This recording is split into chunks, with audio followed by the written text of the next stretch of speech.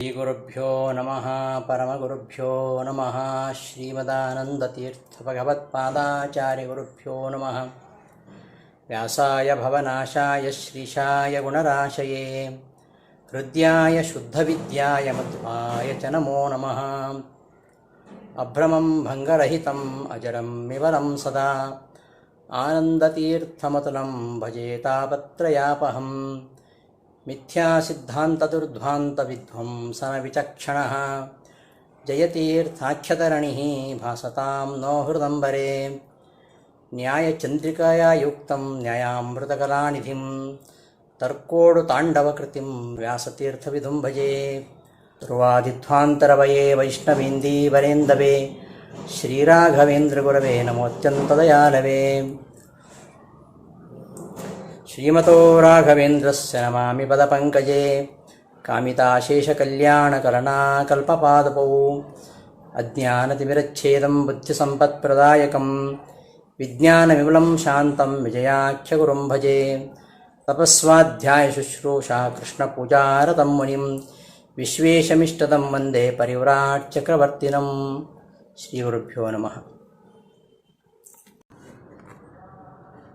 ಭಗವದ್ಗೀತೆಯ 9ನೇ ಅಧ್ಯಾಯದ 26ನೇ ಶ್ಲೋಕ. ಪತ್ರಂ ಪುಷ್ಪಂ ಫಲಂ ತೋಯಂ ಯೋ ಮೇ ಭಕ್ತ್ಯಾ ಪ್ರಯಚ್ಛತಿ ತದಹಂ ಭಕ್ತ್ಯುಪಹೃತಂ ಅಶ್ನಾಮಿ ಪ್ರಯತಾತ್ಮನಃ.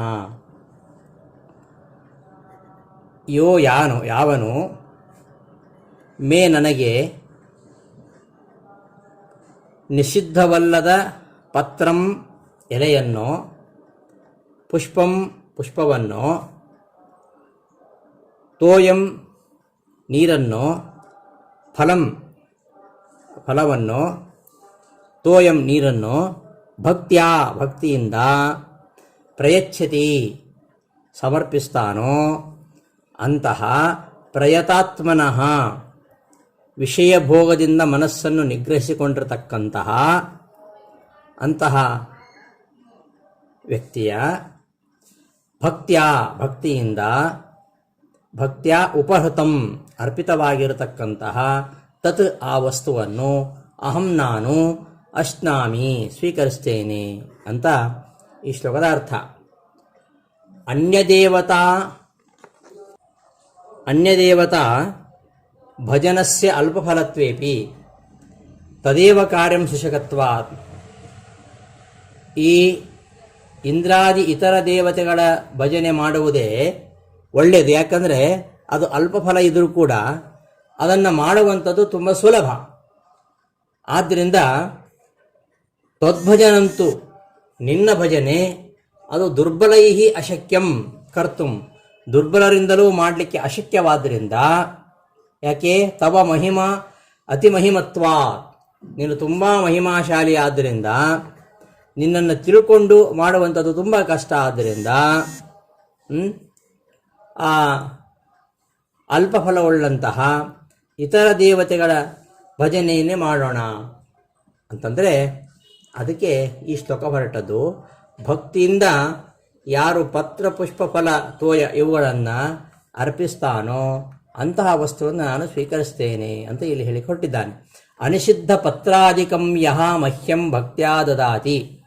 ನಿಷಿದ್ಧವಲ್ಲದ ಪತ್ರಾದಿಗಳನ್ನು ಯಹ ಮಹ್ಯಂ ಭಕ್ತ್ಯಾ ದದಾತಿ, ಯಾರು ಭಕ್ತಿಯನ್ನು ನನಗೆ ಕೊಡ್ತಾನೋ ಅಂತಹ ಪ್ರಯತಾತ್ಮನಃ ಯಮ ಉಪರಮೆ ಪ್ರಕರ್ಷೇಣ ಉಪರತ ಮನಸ್ಕಸ್ಯ ವಿಷಯ ವಿರಕ್ತಸ್ಯ ಭಕ್ತ್ಯಾ ಸಮರ್ಪಿತಂ ಅಶ್ನಾಮಿ. ಪ್ರಯತಾತ್ಮನಃ ಅಂದರೆ ಪ್ರ ಉಪಸರ್ಗ ಯಮಧಾತು, ಪ್ರಯತಾತ್ಮನಃ ಪ್ರಯತವಾದ ಆತ್ಮ, ಪ್ರಯತಃ ಆತ್ಮ ಯಸ್ಯ ಸಹ ಪ್ರಯತಾತ್ಮ ಅಂದರೆ ಈ ಮನಸ್ಸನ್ನು ನಿಗ್ರಹಿಸಿಕೊಂಡಿರತಕ್ಕಂತಹ ವಿಷಯ ವಿರಕ್ತನಾಗಿರತಕ್ಕಂಥವನು ಅಂತ. ಪ್ರಯತಃ ಆತ್ಮ ಯಸ್ಯ ಸಹ ಪ್ರಯತಾತ್ಮ. ಪ್ರ ಅಂದರೆ ಚೆನ್ನಾಗಿ, ಯಥಾ ನಿಗ್ರಹಿಸಲ್ಪಟ್ಟ, ಆತ್ಮ ಮನಸ್ಸು, ಯಸ್ಯ ಯಾರಿಗಿದೆಯೋ ಅಂಥವನು, ಅರ್ಥಾತ್ ವಿಷಯ ವಿರಕ್ತ ಅಂತ. ಅಂತಹ ವಿಷಯ ವಿರಕ್ತನಾದವನು ಭಕ್ತಿಯಿಂದ ಸಮರ್ಪಣೆ ಮಾಡಿರುವಂಥದ್ದನ್ನು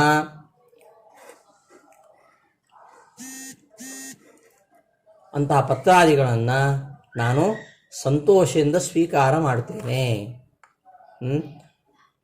ಭಕ್ತ್ಯಾ ಸಮರ್ಪಿತಂ ಅಶ್ನಾಮಿ ಭಕ್ತೈವ ಅಹಂ ತುಷ್ಟೋ ಭವಾಮಿ ನ ದ್ರವ್ಯಾದಿನ ಇತಿ ಭಾವಃ. ಅಂತಹ ಭಕ್ತಿಯಿಂದಲೇ ನಾನು ಸಂತುಷ್ಟನಾಗ್ತೇನೆ ಹೊರತು ಅವ್ರು ಕೊಡ್ತಕ್ಕಂತಹ ಪತ್ರಾದಿಗಳಿಂದ ಅಲ್ಲ ಅಂತ ಈ ಶ್ಲೋಕದ ಅಭಿಪ್ರಾಯ. ಇಲ್ಲಿ ಕೃಷ್ಣ ಏನು ಹೇಳಿದ್ದಾನೆ, ಪತ್ರ ಪುಷ್ಪಾದಿಗಳನ್ನು ಭಕ್ತಿಯಿಂದ ಅರ್ಪಿಸಿದ ಸಾಕು, ಅಷ್ಟರಲ್ಲಿ ನಾವು ಮಾಡಿದರೆ ಸಾಕು ಅಂತ ಸಮರ್ಥರಾದವರು ಸಿರಿವಂತರು ಹಾಗೆ ಭಾವಿಸಬಾರದು. ಈ ಶ್ಲೋಕದ ಅಭಿಪ್ರಾಯ ಏನೆಂದರೆ, ಪ್ರತಿಯೊಬ್ಬನೂ ಅವರವರ ಯೋಗ್ಯತಾನುಸಾರ ಪೂಜೆ ಮಾಡಬೇಕು ಅಂತ ಅದರ ಅರ್ಥ. ಯೋಗ್ಯತೆ ಇದ್ದವನು ಕೂಡ ಕೇವಲ ಪತ್ರ ಪುಷ್ಪಾದಿಗಳಿಂದ, ಒಂದು ದಳ ಶ್ರೀ ತುಳಸಿ ಬಿಂದು ಗಂಗೋದಕ ಅಷ್ಟರಿಂದಲೇ ಮಾಡುವುದಲ್ಲ. ಯೋಗ್ಯತೆ ಇದ್ದವನು ಪರಮಾತ್ಮನ ಪ್ರೀತಿಗಾಗಿ ತಾನು ಏನು ಪೂಜಾ ಸಾಧನಗಳನ್ನು ಸಂಪಾದಿಸುವ ಯೋಗ್ಯತೆಯನ್ನು ಹೊಂದಿದ್ದಾನೆ ಅಂಥವನು ಪರಮಾತ್ಮನ ಪ್ರೀತಿಗಾಗಿ ದಾನ ಧರ್ಮಾದಿಗಳನ್ನು ಮಾಡುವಾಗ ಪ್ರಾಮಾಣಿಕವಾಗಿ ತನ್ನ ಸಾಮರ್ಥ್ಯಕ್ಕೆ ಅನುಗುಣವಾಗಿ ಮಾಡಬೇಕು. ಬೇರೆಯವರ ಕಣ್ಣಿಗೆ ಮಣ್ಣು ಎರಚಬಹುದು, ಆದರೆ ಪರಮಾತ್ಮನನ್ನು ಅವನನ್ನು ವಂಚಿಸುವುದು ಬಹಳ ಕಷ್ಟ. ಯೋಗ್ಯತೆ ಇದ್ದು ಕೆಲವರು ಇಲ್ಲದವರ ಹಾಗೆ ನಾಟಕ ಮಾಡ್ತಾರೆ ನೋಡಿ, ಅಂಥವರ ದ್ರವ್ಯವನ್ನು ಪರಮಾತ್ಮ ಯಾವತ್ತೂ ಸ್ವೀಕಾರ ಮಾಡುವುದಿಲ್ಲ. ಏನೋ ಮಾಡಬೇಕು, ಕಾಟಾಚಾರಕ್ಕೆ ಮಾಡಿ ಮುಗಿಸೋದಲ್ಲ. ನಾವು ಮಾಡ್ತಕ್ಕಂತಹ ಆ ಭಗವಂತನ ಪೂಜೆ ಎಂಥದ್ದು, ಅಲ್ಲಿ ಪೂಜಿಸುವ ವಿಧಾನ ಹೇಗೆ, ಅಲ್ಲಿ ನಿವೇದಿಸಲೇಬೇಕಾಗಿರತಕ್ಕಂತಹ ಅನಿವಾರ್ಯವಾದ ಪದಾರ್ಥಗಳು ಯಾವುವು, ಈ ಸಂದರ್ಭದಲ್ಲಿ ಮಾಡಬೇಕಾಗಿರತಕ್ಕಂತಹ ದಾನ ಧರ್ಮಾದಿಗಳ ಬಗ್ಗೆ ಧರ್ಮಶಾಸ್ತ್ರದಲ್ಲಿ ಏನು ಹೇಳಿದೆ, ಏನು ವಿಧಾನ ಮಾಡಿದೆ, ಅದೆಲ್ಲವನ್ನು ತಿಳಿದುಕೊಳ್ಳದೆ ಈ ಕೇವಲ ಏನೋ ಪುರೋಹಿತರು ಬರ್ತಾರೆ, ಅವ್ರಿಗೆ ಏನು ಕೊಟ್ಟರು ತಗೊಳ್ತಾರೆ ಅಂಥೇಳಿ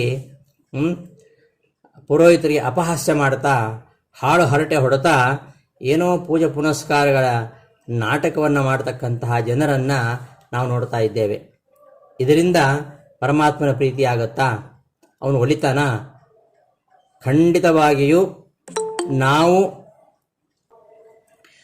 ಮಾಡಿದ ಅಥವಾ ಮಾಡಿಸಿದ ಪೂಜೆ ಎಂದಾದರೂ ಫಲದಾಯವಾಗಲಿಕ್ಕೆ ಸಾಧ್ಯವಾ? ಖಂಡಿತ ಸಾಧ್ಯ ಇಲ್ಲ. ಆದ್ದರಿಂದ ಇದರ ಹಿನ್ನೆಲೆಯನ್ನು ಸರಿಯಾಗಿ ಅರ್ಥ ಮಾಡಿಕೊಳ್ಬೇಕು. ಕೆಲವರು ಈ ಪೂಜೆ ಪುನಸ್ಕಾರಗಳ ಬಗ್ಗೆ ಬಹಳ ಹಗುರವಾಗಿ ಮಾತಾಡ್ತಾರೆ. ಇವತ್ತಿನ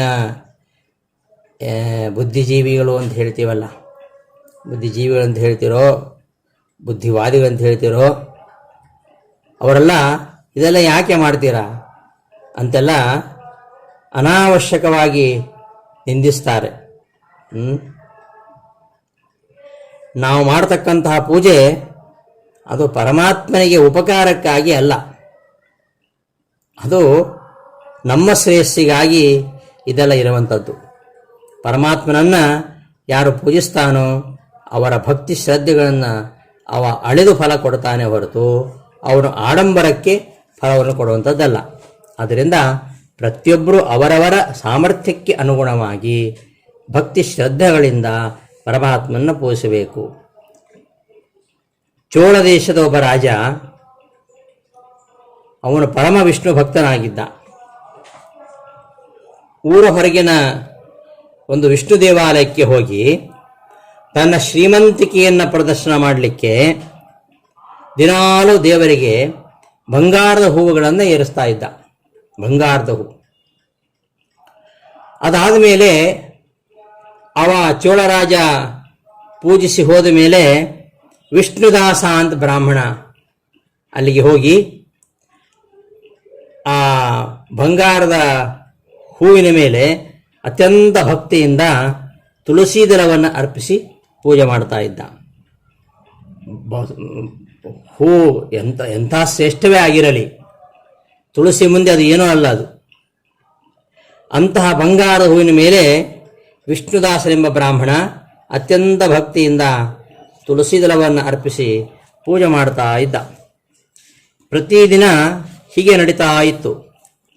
ರಾಜ ನೋಡ್ತಾನೆ, ನಾನು ಏರಿಸ್ತಕ್ಕಂತಹ ಬಂಗಾರದ ಪುಷ್ಪಗಳ ಮೇಲೆ ಈ ತುಳಸಿಯನ್ನು ಇಟ್ಟದ್ಯಾರು ಅಂತ ಆ ಬ್ರಾಹ್ಮಣನನ್ನು ಕರೆಯಿಸಿ, ನಿನ್ನ ಒಂದು ಕವಡೆ ಎಷ್ಟು ಬೆಲೆ ಬಾಳತಕ್ಕಂತಹ ಹಾಳು ತುಳಸಿಯನ್ನು ಬಂಗಾರದ ಹೂಗಳ ಮೇಲೆ ಯಾಕೆ ಏರಿಸ್ತೀಯಾ ಅಂತ ಸಿಟ್ಟು ಮಾಡಿಕೊಡ್ತಾನೆ. ಆಗ ವಿಷ್ಣುದಾಸ ಹೇಳ್ತಾನೆ, ಮಹಾರಾಜರೇ, ಪರಮಾತ್ಮನಿಗೆ ಬಂಗಾರದ ಹೂವು ಅಷ್ಟೇ, ತುಳಸಿಯೂ ಅಷ್ಟೇ. ನಮ್ಮ ನಮ್ಮ ಯೋಗ್ಯತಾನುಸಾರವಾಗಿ ನಾವು ಪೂಜೆ ಮಾಡಿದ್ದೇವೆ.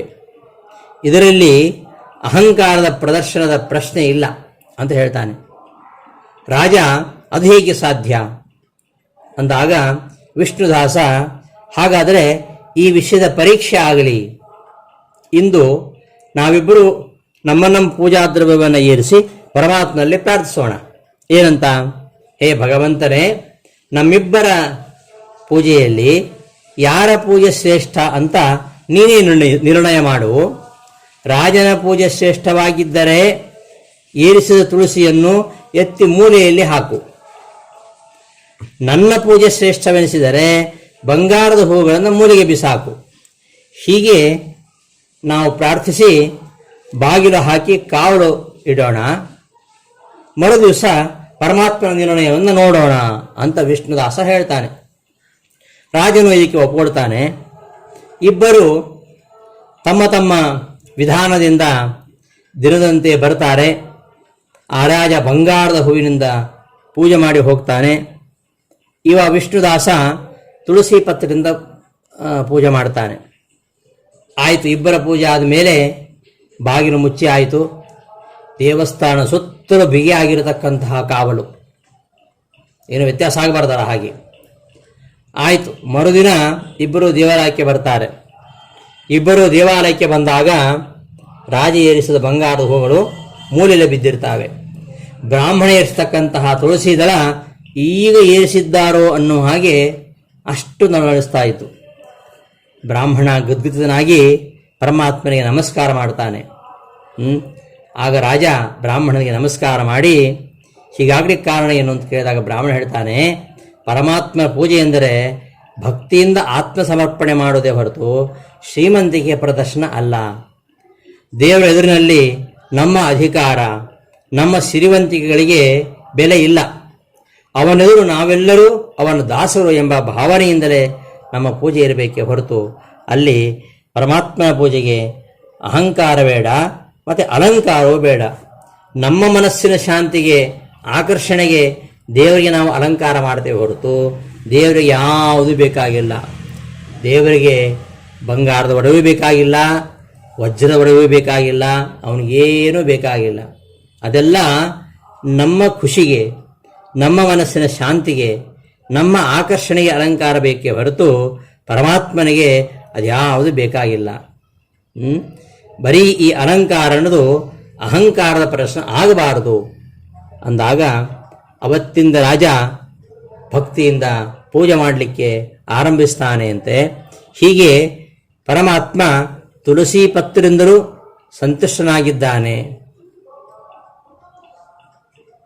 ಇನ್ನು ಒಂದು ತುಳಸಿ ದಳ, ವಿಷ್ಣು ದಾಸ ಅರ್ಪಿಸಿದಂತಹ ತುಳಸಿ ದಳದಿಂದ ಪರಮಾತ್ಮ ಸಂತುಷ್ಟನಾದಂತೆ ಪತ್ರಂ ಪುಷ್ಪಂ, ಒಂದು ಪುಷ್ಪ, ಭಕ್ತಿಯಿಂದ ಒಂದು ಪುಷ್ಪವನ್ನು ಕೊಟ್ಟರೆ ಸಾಕು, ಅದರಿಂದ ಸಂತುಷ್ಟನಾಗ್ತಾನೆ. ನಾವು ಕೇಳಿದ್ದೇವೆ ಭಾಗವತದಲ್ಲಿ ಗಜೇಂದ್ರನ ಕಥೆಯನ್ನು. ಗಜೇಂದ್ರ ಭಕ್ತಿಯಿಂದ ಒಂದು ಪುಷ್ಪವನ್ನು ಅರ್ಪಿಸಿದ ಕ್ಷಣ ಅವನನ್ನು ಪರಮಾತ್ಮ ಉದ್ಧಾರ ಮಾಡ್ತಾನೆ. ಭಕ್ತಿಯಿಂದ ಆ ಆನೆ ಒಂದು ಪುಷ್ಪವನ್ನು ಪರಮಾತ್ಮನಿಗೆ ಸಮರ್ಪಣೆ ಮಾಡಿದಾಗ ಪರಮಾತ್ಮ ಓಡೋಡಿ ಬರ್ತಾನೆ ಅದರ ರಕ್ಷಣೆಗೋಸ್ಕರವಾಗಿ. ಇದನ್ನು ನಾವು ಭಾಗವತ ಕಥೆಯಲ್ಲಿ ನೋಡಿದ್ದೇವೆ. ಹೀಗೆ ಅತ್ಯಂತ ಭಕ್ತಿಯಿಂದ ಒಂದು ಪುಷ್ಪವನ್ನು ಕೊಟ್ಟರು ಉದ್ಧಾರ ಮಾಡ್ತಾನೆ ಎಂಬುದಕ್ಕೆ ಗಜೇಂದ್ರನ ಒಂದು ಉದಾಹರಣೆ ನಮ್ಮ ಮುಂದೆ ಇದೆ. ಅಷ್ಟು ಮಾತ್ರ ಅಲ್ಲ, ಪತ್ರಂ ಪುಷ್ಪಂ ಫಲಂ ತೋಯಂ ನೀರು,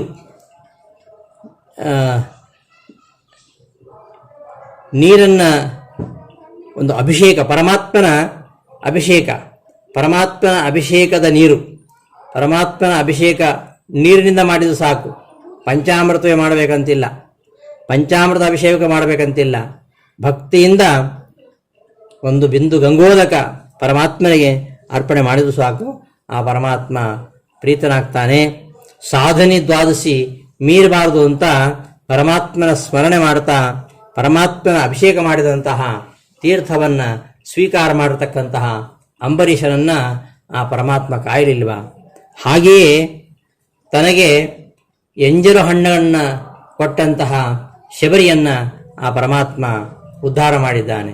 ಹೀಗೆ ಪತ್ರ, ಪುಷ್ಪ, ಫಲ, ತೋಯ ಇವುಗಳನ್ನು ಭಕ್ತಿಯಿಂದ ಕೊಡಬೇಕು.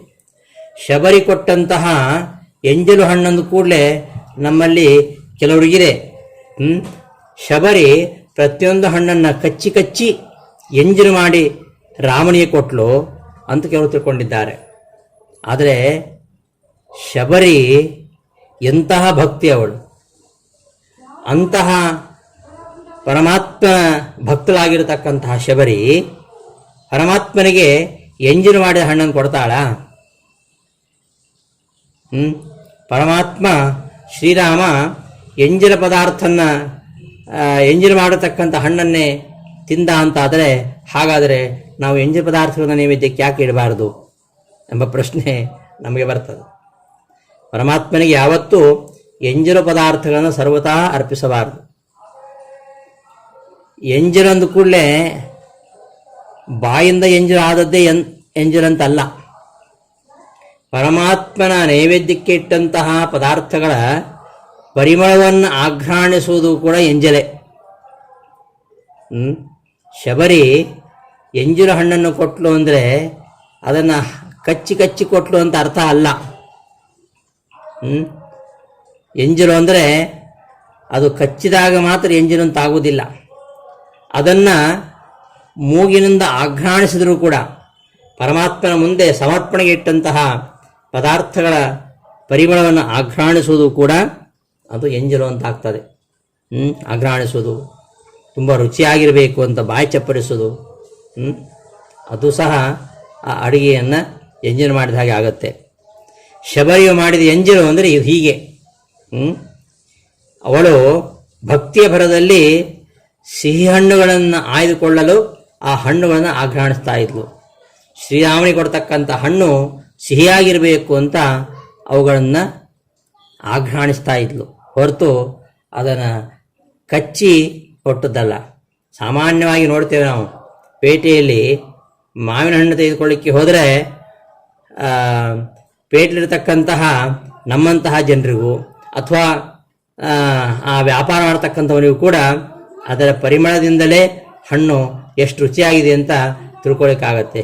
ಹೀಗಿರುವಾಗ ಕಾಡಿನಲ್ಲಿ ಬೆಳೆದಂತಹ ಶಬರಿಗೆ ಹಣ್ಣನ್ನು ನೋಡಿದ ಕ್ಷಣ, ಅದರ ವಾಸನೆ ನೋಡಿದ ಕ್ಷಣ ಅದು ಎಷ್ಟು ರುಚಿ ಇರ್ಬೋದು ಅಂತ ಗೊತ್ತಾಗೋದಿಲ್ವೇ? ಹಾಗೆ ಅದರ ವಾಸನೆಯಿಂದ ಯಾವ ಹಣ್ಣು ಯಾವ ಥರ ರುಚಿ ಇರ್ಬೋದು ಅಂತ ತಿಳ್ಕೊಂಡು ಆ ಶಬರಿ ಹಣ್ಣು ಕೊಟ್ಟವಳು. ಲೌಕಿಕರಾಗಿರ್ತಕ್ಕಂತಹ ನಮ್ಮಂಥವರಿಗೆ ಒಂದು ಹಣ್ಣಿನ ಪರಿಮಳ ನೋಡಬೇಕಾದ್ರೆ ಅದು ರುಚಿ ಇರ್ಬೋದು ಅಂತ ಗೊತ್ತಾಗತ್ತೆ. ಹೀಗಿರುವಾಗ ಆ ಶಬರಿ ಪ್ರಕೃತಿಯ ಮಡಿಲಲ್ಲೇ ಬೆಳೆದವಳು. ಹಾಗಾಗಿ ಶಬರಿಗೆ ಹಣ್ಣನ್ನು ತಿಂದೇ ಪರೀಕ್ಷೆ ಮಾಡಬೇಕು ಅಂತಿಲ್ಲ. ಆದ್ದರಿಂದ ಶಬರಿ ತನ್ನ ಎಂಜಲನ್ನು ಪರಮಾತ್ಮ ತಿನ್ನಿಸಿದ್ದಾಳೆ ಅಂದರೆ ಅದರ ಅರ್ಥ ಏನು ಅಂದರೆ ಅವುಗಳನ್ನು ಆಘ್ರಾಣಿಸಿದ್ದಾಳೆ ಅಂತ ಅಷ್ಟೇ ಹೊರತು ಅವುಗಳನ್ನು ತಾನು ತಿಂದು ಅದರ ಎಂಜಲನ್ನು ತಿಳಿಸಿದ್ದಾಳೆ ಅಂತ ಖಂಡಿತವಾಗಿಯೂ ತಪ್ಪಾಗಿ ತಿಳ್ಕೊಳ್ಬಾರ್ದು. ಯಾಕೆಂದರೆ ಶಬರಿ ಸಾಮಾನ್ಯರಲ್ಲ, ಮತಂಗ ಋಷಿಗಳಿಂದ ರಾಮಮಂತ್ರದ ಉಪದೇಶವನ್ನು ಪಡೆದವಳು. ಅಂತಹ ಶಬರಿಯು ಶಾಸ್ತ್ರವಿರುದ್ಧವಾಗಿರತಕ್ಕಂತಹ ಪೂಜೆಯನ್ನು ಮಾಡುವಷ್ಟು ಮೂಢಳ ಖಂಡಿತ ಅಲ್ಲ.